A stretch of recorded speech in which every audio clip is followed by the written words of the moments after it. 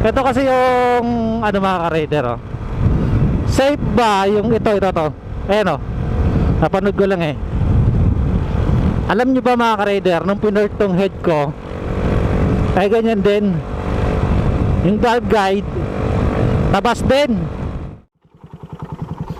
Yung iba kasi sabi nila hindi daw pwede kasi yung valve daw mawawala sa timing.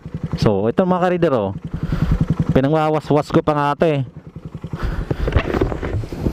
Goods na goods naman ng ating motor. Kasi nga wala rin. So ano pala mga ka-raider, permission sa may-ari ng video na yun, no? Safe na safe naman eh. Oo. Sino may sabing